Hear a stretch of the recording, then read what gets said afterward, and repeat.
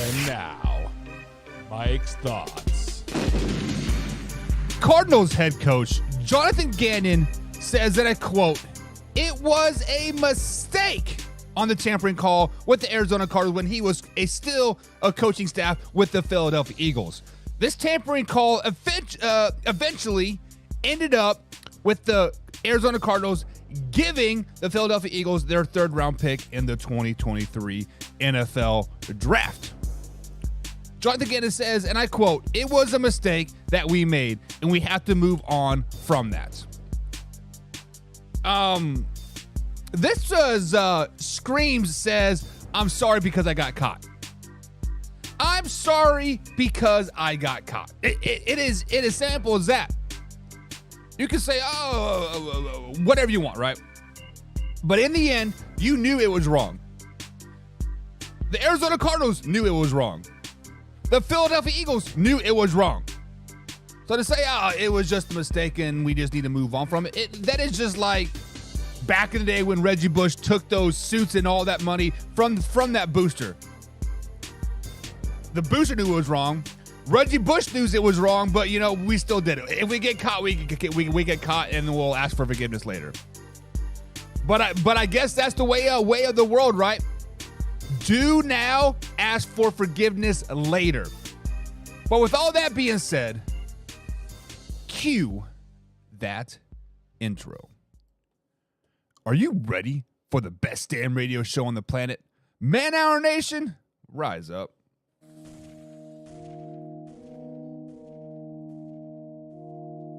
JuJu. You don't want to be every time, no. I would like to personally welcome you to MANHOUR After Dark. Say that while I bring you the host, Mike, Buck, and Cone. You know who coming to the stage. Sports talk than what you about to hear right here. I second that. Go. You know that it's us when we talking about sports. Giving you facts on the field to the core. Tune in, we need the support. 1 hour too short, then listen some more. On all your stations, not dropping no music. Starts like Adidas, but Nike just do it. Down 4 in the 4th, we go for the win. Michael 2 seconds, we taking it in. Buck, Mike, and Combs, you know what's going on. MANHOUR After Dark, no LA, we the big spark. No 4th and inches won't cut you short. Got the best talking, it's all sports. Buzzing more than buzzer beaters. We coming live all through your speakers, go.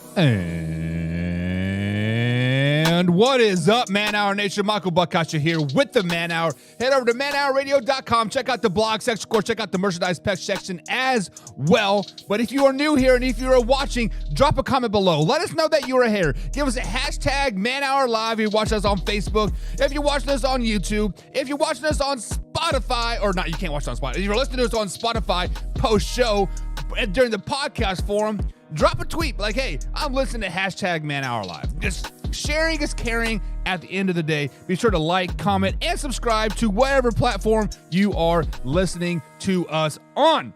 It is Wednesday, so that means it is Conjunction Wednesday. We got a little bit of if, and then a little bit of then, and then we sprinkle on what is going to happen if this thing really does happen. So example, if Mike McDaniels runs the ball more, then what? The Miami Dolphins are still worst team in the AFC. So it is just like that. Obviously, there's a little bit more to it, but bada bing, bada boom. Sometimes you got to do what you got to do. But, guys, thought of the day. Thought of the day. Circumstances do not change your responsibility. Circumstances do not change your responsibility. Take that into heart today. Dan Hood is jumping in the chat with the fire emojis. What is up, Dan Hood? Your Philadelphia Eagles, man, got a hell of a lot better in this year's offseason so far. Can they repeat their Super Bowl performance or make it to the Super Bowl and ultimately get to that next step? Only time will tell. We are officially 205 days away from the NFL kickoff season. We're about 90 till preseason starts. Man, it is getting hot in here. Hot in here. Actually, it's 200 days, right? It's got to be right? We got May, June, July, August, September. 5 times 30. How many is that for the? No, we're like 150 some days. My math must be off. I don't know. We'll fix it next time. But yeah, it says 206 days or 205 days, but I think we're like 150 days. wrap that around your head. But we're going to talk a little bit about Mike McDaniels and those Miami Dolphins. We're going to talk about Aaron Rodgers, Henry Ruggs III, a little bit of JuJu Smith-Schuster saying he has all the weapons he needs in old New England to be successful. But first, it's time to get into some new news. All right, guys, so new news here on this Wednesday edition of Man Hour, May 3rd, 2023 at 2:05 East Coast time right here, right now. Trevor Siemian has officially signed a one-year deal with the Bengals to basically to continue to be the backup for Joe Burrow. Guys, this is great for the Cincinnati Bengals because you always need that good, solid backup quarterback. We see it year in and year out where starters in the NFL miss a game or two. Jalen Hurts last season, Patrick Mahomes a couple years ago, right? Lamar Jackson every year. Tua. You are going to miss a game. You're going to get banged up. A 17-game season is very, very tough on the body, and having a good backup like Trevor Siemian is very, very, very good for the Cincinnati Bengals. Next up here on the new news, Randall Cobb has officially signed a one-year deal with the New York Football Jets. Obviously, guys, Aaron Rodgers loves some Randall Cobb. When Randall Cobb first went to Dallas Cowboys and kind of had that mediocre breakout type of season with the Cowboys, he's like, I want Randall Cobb back. If you want me to come back, I need Randall Cobb. Why does Aaron Rodgers love Randall Cobb so much? He has not done anything in the NFL really for the last 5 seasons. He just kind of just been there. Yes, he is a good, I guess, maybe leader in the locker room. He might be, best friends or butt buddies or gay partners, what do you want to think? But damn, at the end of the day, are the Jets trying to do too much to please Aaron Rodgers? And I think they are. I think they're trying to do a little bit too much, and this is looking like Green Bay Packers 2.0 all over it. And we know how the Packers do in the playoffs. They shit the bed. It's going to be with the New York Jets. We will see. Next up here on the new news, Brandon Allen has signed a one-year deal with the San Francisco 49ers. Now, this puts 4 quarterbacks now in that San Francisco 49ers locker room. You're going to have Brock Purdy. You got Sam Darnold. You got Trey Lance. You got Brandon Allen. What does this mean for Trey Lance moving forward? Obviously, you're not going to keep 4 quarterbacks on the roster. There's going to be an odd man out. Is it going to be Sam Darnold? No, they wanted that veteran quarterback to be a backup and basically start this season, right? Are they going to cut Brandon Allen, a proven good backup in the NFL with the Bears and I think he played with the Bills? Probably not. Why would you bring him in and sign him one deal we're going to cut you in camp? That's kind of dumb. Trey Lance is on the trade block, guys. Trey Lance is going to end up on another team by the start of the NFL season. It is what it is at the end of the day. But, guys, that is going to be it for the new news. Not a whole lot of new news happening here on the NFL Talk today. But it is time. It is time to thank the sponsor of today's show, and that is BetStamp.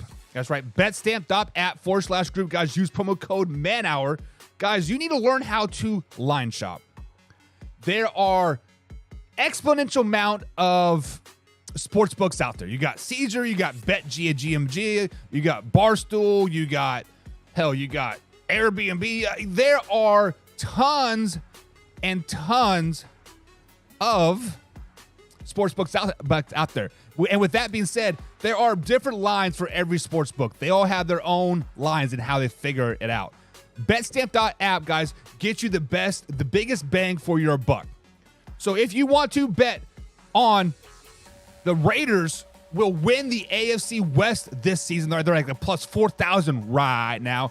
You can go over to BetStamp and you can see Who has the biggest plus for the Las Vegas Raiders? If you're truly sold on the Las Vegas Raiders, they're going to win the AFC West. Find that best plus. Right now, it is Caesars Sportsbook. They have plus 4,500.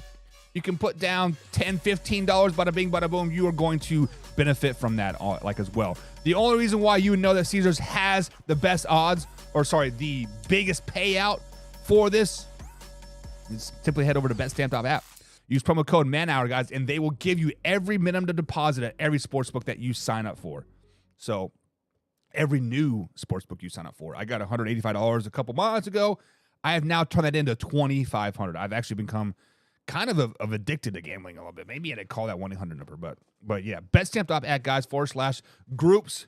Link is in the description, promo code MANHOUR, and they will give you the minimum deposit. So really, why not sign up? It's free money. If you lose, it's not your money. If you win, it is your money. Win, win, win with BetStamp.app /group, guys. All right, so let's get into the meat and bones of today's show. It is the If and Then Wednesday, Conjunction Wednesday, as we like to call it here, guys. But I need to ask the fans out there a favor. I need to get some opinions before we dive deeper into today's show. Do you guys like what we do over here at MANHOUR? Speak objectively. Do you like our different segments? Way or no way, if and then, factor crap, would you rather? And then coming Friday, we're going to just basically have phone call Friday. Whole show, whole hour. You can call in, you can text, you can do whatever you want. Let me know if you guys want to add something. If you don't like something, just let me know.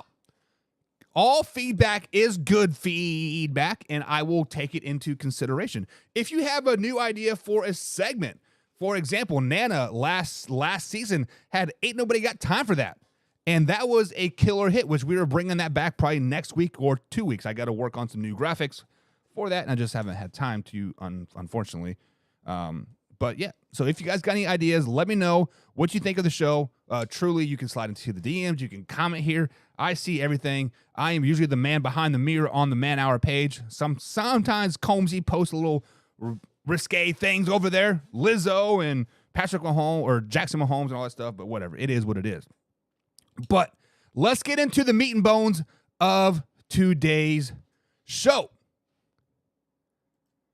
Mike McDaniels has come out and said he is apologetic to Raheem Mostert for not running the ball enough last season. Obviously, guys, the Miami Dolphins didn't do what they put out to do, win the Super Bowl, right? 31 other teams do not really ever complete their goal of winning the Super Bowl. Only one team does at the end of the day, so it is what it is. But during that offseason, they added some good pieces. They added Tyreek Hill, right? They added some other defensive players, whatever, yada, yada, yada. But so if the Miami Dolphins run the ball more this season in 2023, then what? If the Miami Dolphins become a running team, let's say they run 50-50, let's say it's split down the middle, exactly 50-50, they are going to alienate what they did all last offseason, bringing in Tyreek Hill, having Jalen Waddle, keeping Tua around, keeping that dynamic core around. If they want to run the ball, sure, you can run the ball. But to run the ball more, you are going to alienate everything that you did last offseason. You are literally going to take those 5 picks that you sent to Kansas City Chiefs and basically waste them. All that money you're giving to Tyreek Hill, might as well set it on fire and throw it down the toilet, because you are going to completely waste everything that you've been building the last couple seasons. You are trying to build a high-profile, high-flying offense. It is what it is. That is what you are trying to do. So to kind of like cater around one person because he's a little bit of butthurt, that's what happened to Tyreek Hill and the Kansas City Chiefs. Patrick Mahomes was trying to force feed Tyreek Hill the ball because he knew he was up for a for a contract and wanted him to stay. And the Chiefs weren't that good, right? You cannot force feed somebody the ball. You just got to do what you got to do. So if the Miami Dolphins run the ball more, then they will alienate the rest of the team. it is what it is. They will alienate the rest of the team and end up last place in the division. I said it what I said. Patriots End Zone jumped in the chat. What is up, Patriots End Zone? He says, if the Dolphins run the ball more this year, Mostert will still be angry because those carries are going to go to Devontae. You are exactly right, Patriots End Zone. Raheem Mostert just isn't that featured back anymore. Like, was he ever a featured back? Wasn't he the one that got traded from the 49ers to the Miami Dolphins midseason? Was that Mostert or was it somebody else? I can't think of his name right now. But yeah, don't the Miami Dolphins have like 3 running backs as is? Let me pull up their roster because I know they, for one, Devon, right? And then they got Mostert, and then I thought they got a guy from San Francisco as well. His name is slipping my mind right now. I don't think it was Mostert. To Jeff Wilson Jr. Plus, they still got Myles Gaskin. Do you guys remember this time last year when the Miami Dolphins had like 9 running backs in their room? We're like, what the hell is going on? I mean, they signed a bunch of veterans. It was like, I don't know, it was like Le'Veon Bell and this guy and like all these over the hill guys. But they're like, damn, like what are you guys doing? But yeah. Excuse me. The Miami Dolphins, just don't worry about it. Tell the man to shut up and move on. Dan Hood says, with the facts. Patriots End Zone and Dan Hood must be on the same wavelength right now. They're thinking much alike. And when you guys align yourself with the Patriots End Zone, thinking those facts, and then he agrees with me, oh, shit. The world has spun on his side. The world has spun backwards. Guys, be careful because somebody might slide into your DMs and give you some more death threats. I got another one last night. We made it, baby. But however, that person has agreed to be on the show and tell me how stupid I am. That's coming, I think it's May 8th. What is that next Friday? No, next Monday. Next Monday, this person will be on to tell me how, quote, stupid I am. We will see. We will see. Moving on. Aaron Rodgers traded to the New York Football Jets from the Green Bay Packers, and he says, and he actually reported to OTAs starting this week, but he says there are a lot of similarities between Garrett Wilson and Davante Adams. Pause. Let that sink in. Similarities between Garrett Wilson and Davante Adams. What kind of similarities? The fact that they're both receivers, the fact that they're both black, that they're both like 6'3". Like, what kind of similarities are we talking about, man? But let me just spit this out here. If Garrett Wilson can put up Davante Adams type numbers this season for Aaron freaking Rodgers, then what? Then I think Aaron Rodgers might be upset. He so badly wants Randall Cobb to be successful, and he's going to do everything he can not to make Garrett Wilson like the guy, right? No, but legit, I like Garrett Wilson. I think he does provide some bit of Davante Adams in him. Game-changing abilities, that star power, right? That it guy. So if Garrett Wilson can put up Davante Adams types numbers, then the Jets actually might have a chance in the AFC East. The Jets have built a pretty good offense, right? They have a good running game with Breece Hall. They have a good passing game, Allen Lazard. Later in the show, we're going to talk about Randall Cobb, or I guess we already talked about Randall Cobb, right? They have Garrett Wilson. They still have Mims, right? They have a fairly good offense wrapped around Aaron Rodgers right now. The Jets were legit a quarterback away. Now is Aaron Rodgers the quarterback? I guess we'll find out come January. Is he sitting on the couch in California, or is he playing in the cold in New York, right? Only time will tell. But if Garrett Wilson can put up Davante Adams type of numbers, then the Jets will be very, very successful. they'll be very, very successful because of the fact that Allen Lazard is going to get his. Breece Hall is going to get his, right? That defense is going to possibly eat a little bit. Really, the only X factor, I guess, right now is if Aaron Rodgers can be a little bit like Aaron Rodgers. I'm not worried about Garrett Wilson. I'm not worried about Allen Lazard. I'm not worried about Breece Hall. I'm worried about basically Aaron Rodgers. That's what it comes down to. That is what it comes down to at the end of the day. What? My little man just got home from school. So, hey, bud, I love you. A kid coming home from school every day, guys, and I guess he goes to school 3 days a week. He's in preschool. Says, "Daddy, I love you." Freaking awesome, man. Dan Hood jumping back in the chat here. He says, "I've seen a few rumors this morning about my Philadelphia Eagles looking to acquire a linebacker. Here are some names that the Eagles are looking back: Isaiah Simmons and Patrick McQueen." So the Ravens did not pick up the fifth-year option for Patrick McQueen, so they could be looking to move him, right? And Isaiah Simmons, didn't they just draft him just a couple years ago? Like, if the Cardinals trade Isaiah Simmons to the Philadelphia Eagles, they are officially in tank mode. Blow that defense up, blow that offensive up. Jonathan Gannon is just like, get everybody out, right? Do the Eagles need a linebacker, though? I mean, I thought they were pretty much set on the defensive side of the ball after getting Jalen Carter. Maybe a little bit of cornerback issues with C.J. Gardner-Johnson gone.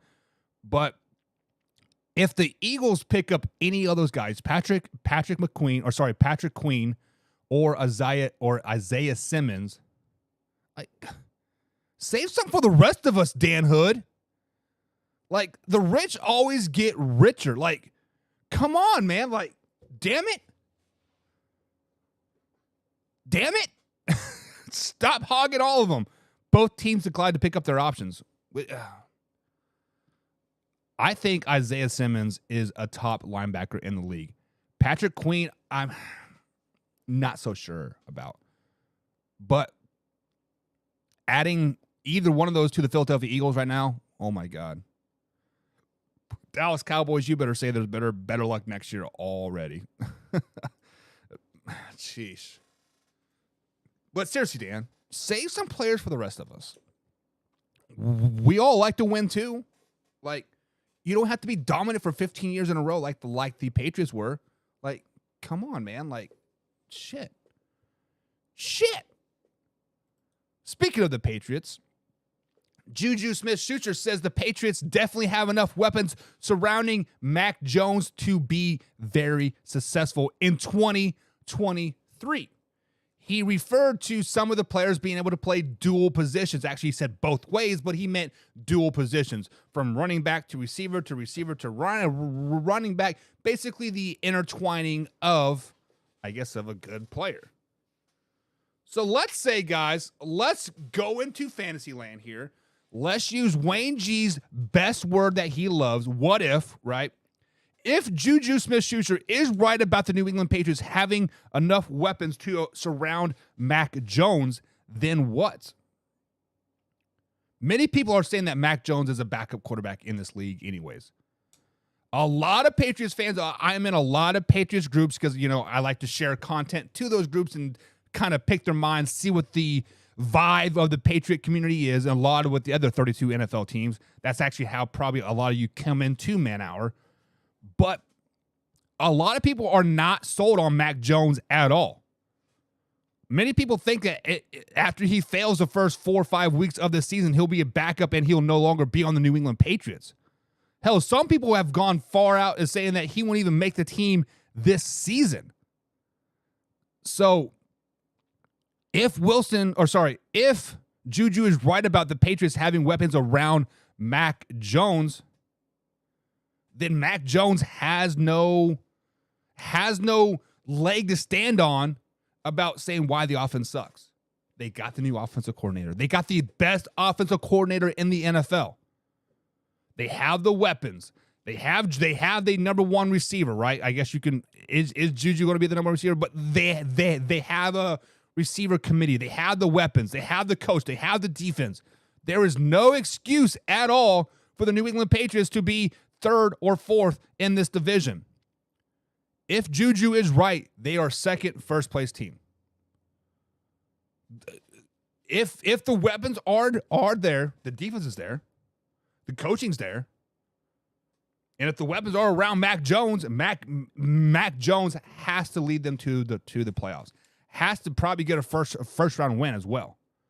So if JuJu is right about the Patriots having weapons around him and Mac Jones, then they are a playoff bound team. They are a playoff bound team if JuJu is right. What if?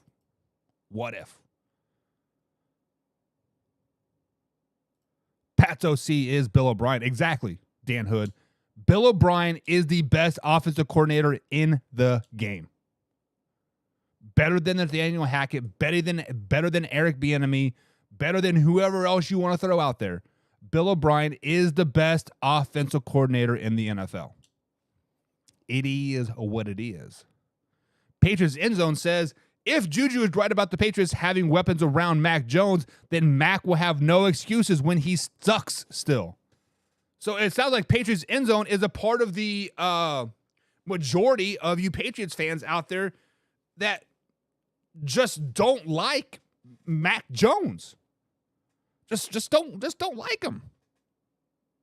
Is it because he basically said the last year's offensive coordinator and Matt Patricia just sucked and he needed help outside? Was that the issue? Was it the issue that he led you guys to the playoff his rookie season when Patriots were, quote, rebuilding? I don't understand the hate for Mac Jones. Yes, he has not been Tom Brady, but he hasn't been no Zach Wilson, though, either. He doesn't really alienate his team. He goes out there and he competes. Just give him some time. Bill O'Brien plus Mac Jones might be a match made in heaven. Dan Hood is laughing at the fact that I said Bill O'Brien is the best offensive coordinator in the NFL. Let's flash back a couple seasons. Bill O'Brien was the New England Patriots offensive coordinator when they won the Super Bowl last, right? One of the best offenses in the league. Year in and year out, he has been putting up really good numbers for Tom Brady and like in the boys, or not putting up, but he's been calling some damn good plays. Just face it. Bill O'Brien is the GOAT of OCs. Head coaching, he is terrible. General manager, he is terrible. Offensive coordinator, really, really nice. Really, really nice. There are some people that are just not meant to be, head coaches. There are some people that are just meant to be position coaches. It just, sometimes when people get elevated, they're like, man, this is harder than I thought. Let me go back to my offensive coordinator spot. Let me go back to my quarterback's possession top. We have Matt Patricia. I'm glad he's on defense now. The Eagles did sign Matt Patricia. I don't know why. Like, how does Matt Patricia get fired from the Detroit Lions, next season get hired as offensive coordinator for the New England Patriots, gets fired or resigns or whatever happened, right? He's no longer with the Patriots, and then ends up with the Philadelphia Eagles as a defensive coordinator. 3 totally different positions on 3 totally different teams in 3 NFL seasons. What? Slow the roll here a little bit. Last if and then statement here on this Wednesday edition of Man Hour NFL Talk, guys. We are live every Monday through Friday, 2 p.m. East Coast time. But Henry Ruggs III officially pleads guilty to his DUI manslaughter crash dating back to 2021 during the NFL season. As part of the plea agreement, he will face 3 to 10 years in jail. But let's talk about the NFL side of things of here. If Henry Ruggs ends up back up in the NFL after his 3 years served, let's just be honest, he'll be back in the NFL next season, Already served 2. Bada bing, 1 more. There's 3. You do the math. You figure it out. He's serving minimum sentence 100%. He's a pro athlete with money. If Henry Ruggs ends up back in the NFL, then what? Then Henry Ruggs can change a team.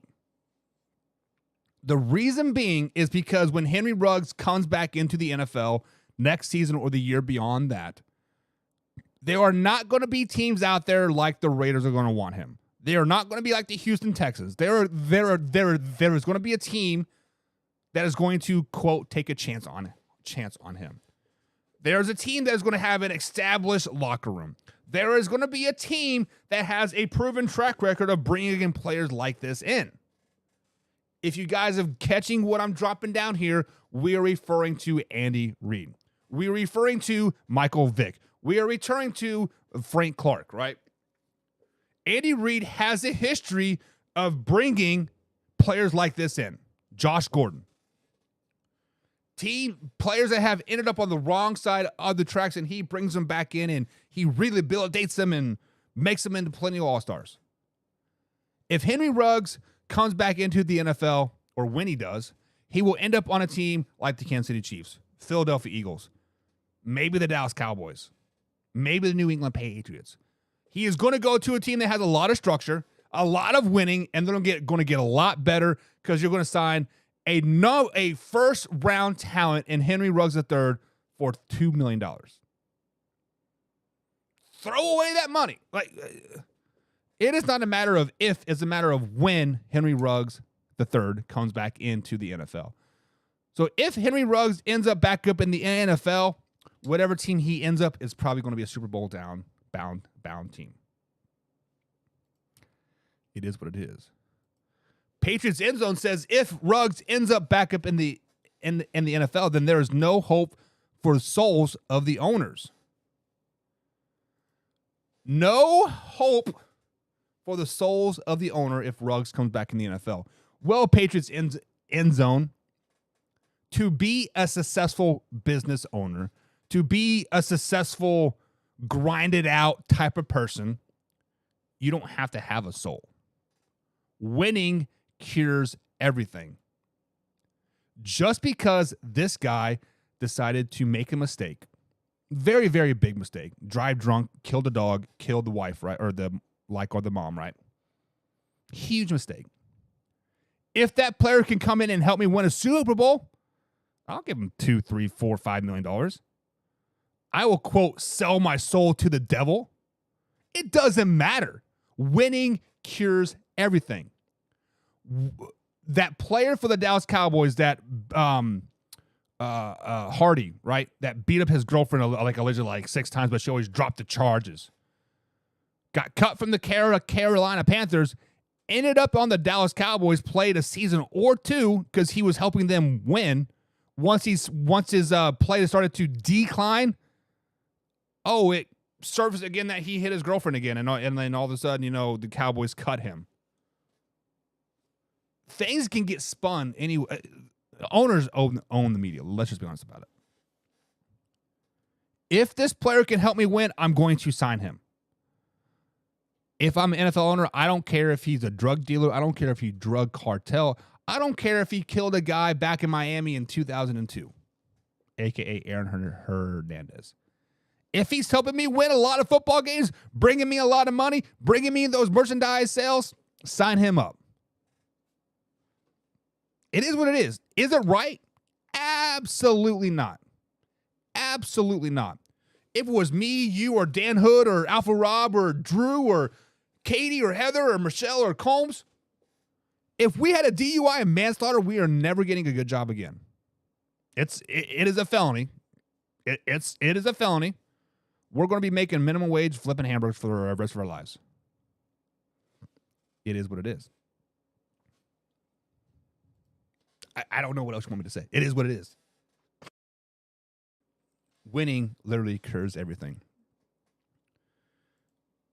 Sounds like the Browns. The Browns would never bring in Henry Ruggs III. The Browns tried their way with Josh Gordon, and for whatever reason, the Browns couldn't even think. Actually, guys, I just read a great article I just read and watched a video about how the Cleveland Browns might be moving from Cleveland. So we're seeing all these stadiums get built. The Titans Stadium is getting built. The Buffalo Bills Stadium is getting built. And the cities in the state are giving them $500, $600 million to build these stadiums to stay in town, right? And reportedly, the Cleveland Browns want a new stadium. Their stadium's, quote, falling apart at the seams. They want a dome stadium or a refurbished stadium or whatever, right? $1 billion. And the governor or the mayor of Cleveland's like, no, we're not giving you any money. We're going to take that $500 million and we're going to put it into the riverfront or something just like that. Guys, do we see the Cleveland Browns leaving Cleveland again? Would that be the ultimate smack in the face? You don't lose one team, but you lose two NFL teams? And what if they ended up in St. Louis? Cleveland Browns are now the St. Louis Battlehawks or whatever the XFL team's called. Like, Cleveland better figure their shit out real quick or they're going to lose the Browns again. Patriots End Zone coming in the chat here says, Hardy and Peterson should fight to the death. Winner gets executed.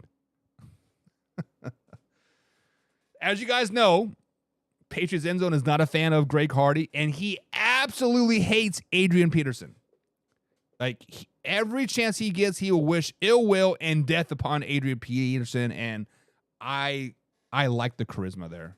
I like the fact that you're like, F this guy. Never back down. You are never going to change my mind whatsoever. Now, I do agree with the Adrian Peterson thing. I don't know the whole Greg Hardy situation, but I do know he beat his girlfriend or wife unconscious once or twice or whatever, maybe three times even. We don't know the circumstances that led up to it. It is wrong to hit anybody, right? But sometimes it is somebody else's fault. You got to defend yourself, right? But remember the word of the day, or the saying of the day, circumstances do not change responsibilities. They do not. But guys, that is going to be it for the Man Hour today. A little shorter show. Combs decided just to not show up. What is up with that, Combsy? Get your ass to work, boy. But anyways, guys, remember, you cannot half jump out of an airplane. I don't know. Think about it. Man Hour Nation. Rise up.